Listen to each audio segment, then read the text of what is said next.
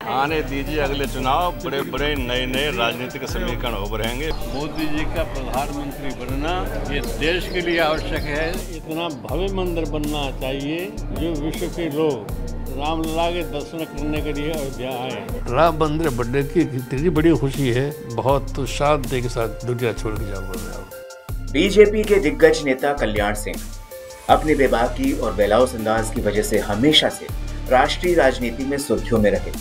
कभी उनके फैसले तो कभी उनके बयान उन्हें उत्तर प्रदेश की सियासी जमीन पर कद्दावर नेता बनाती चली गई। 90 के दशक में कल्याण सिंह यूपी की राजनीति में सिरमौर हो गए थे। वो कल्याण सिंह ही थे जो देश को सबसे ज्यादा प्रधानमंत्री देने वाले सूबे और सबसे ज्यादा संसदीय सीट वाले उत्तर प्रदेश में बीजेपी के पहले मुख्यमंत्री बने। तो वो कल्याण सिंह ही थे जिनके लिए बीजेपी के सबसे बड़े नेता अटल बिहारी वाजपेयी आमरण अनशन तक पर बैठ गए थे। कल्याण सिंह की राजनीतिक पारी में सबसे चुनौती भरा अध्याय अयोध्या का रहा।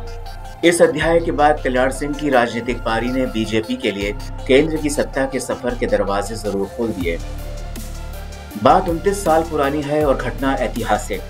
1992 में कल्याण सिंह उत्तर प्रदेश के मुख्यमंत्री थे। बीजेपी की यूपी में सरकार थी। अयोध्या में 6 दिसंबर 1992 को कारसेवकों ने बाबरी ढांचा गिरा दिया था। बाबरी विध्वंस की वजह से कल्याण सिंह कांग्रेस और समाजवादी पार्टी के निशाने पर आ गए। उन्हें बाबरी विध्वंस के गुनहगारों में रखा गया, मुख्य साजिशकर्ता बताया गया। यहाँ तक कि हाईकोर्ट के पूर्व जज एमएस लिब्रहान ने अपनी रिपोर्ट में कल्याण सिंह को जिम्मेदार ठहराया।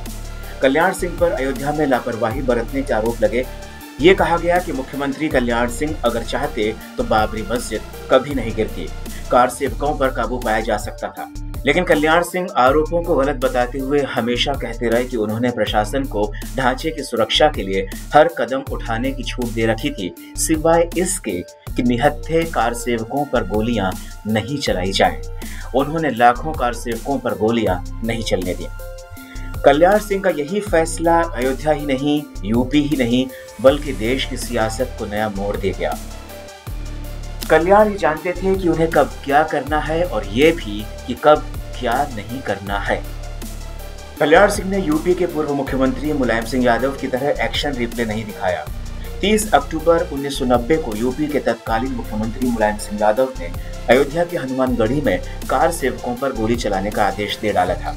मुलायम सिंह यादव को उनके एक आदेश ने यूपी के मुसलमानों में मसीहा बना दिया, तो कल्याण सिंह के शासनकाल ने उन्हें हिंदू हृदय सम्राट बना दिया। बाबरी ढांचा गिराए जाने के बाद जो राजनीतिक तस्वीरें बदली तो बीजेपी केंद्र में नए रूप में सामने आई। राम मंदिर की रथ यात्रा के सारथी बीजेपी के वरिष्ठ नेता लाल कृष्ण आडवाणी रहे, तो आंदोलन को हवा देने में विश्व हिंदू परिषद, बजरंग दल और आरएसएस अपनी अपनी भूमिका में रहे। लेकिन सत्ता की आहुति देने का काम कल्याण सिंह ने किया। कल्याण सिंह ने इस्तीफा देने में देरी नहीं की। बाबरी ढांचे के गिरते ही वो इस्तीफा लेकर राज्यपाल के पास पहुंच गए थे। 60 के दशक से कल्याण सिंह राजनीति में सक्रिय थे। वो पिछड़ी जातियों के किसानों का चेहरा बन चुके थे। वो लोधी और राजपूत समाज का प्रतिनिधित्व करते थे। कल्याण सिंह का जन्म 5 जनवरी 1932 को उत्तर प्रदेश के अलीगढ़ जिले की अतरौली तहसील के मढ़ौली गांव में हुआ। साल 1967 में उन्होंने सियासत में कदम रखा और विधानसभा सदस्य के लिए चुने गए। 1980 तक वो लगातार अतरौली से विधायक रहे। 1980 में हार के बाद 1985 में उन्होंने वापसी की और फिर 2004 तक विधायक रहे। कल्याण सिंह 8 बार अलीगढ़ की अतरौली से विधायक रहे। कल्याण सिंह 2 बार उत्तर प्रदेश के मुख्यमंत्री बने। कल्याण सिंह जून 1991 में उत्तर प्रदेश के पहली दफे मुख्यमंत्री बने। इसके बाद दोबारा सितंबर 1997 से नवंबर 1999 तक उत्तर प्रदेश के मुख्यमंत्री रहे। वो दिन जब सचिवालय में मौजूद थे एक साथ दो मुख्यमंत्री। 1997 में यूपी के गवर्नर उमेश भंडारी ने कल्याण सिंह की सरकार को बर्खास्त कर कांग्रेस नेता जगदम्बिका पाल को रात 10:30 बजे यूपी के नए मुख्यमंत्री की शपथ दिला दी थी। इस फैसले के खिलाफ पूर्व प्रधानमंत्री अटल बिहारी वाजपेयी ने आमरण अनशन शुरू कर दिया था, जिसके बाद हाईकोर्ट ने राज्यपाल के फैसले पर रोक लगा दी थी। रोक के बाद राज्य सचिवालय का नजारा तब बेहद अलग हो गया था, जब वहां एक साथ दो मुख्यमंत्री मौजूद थे।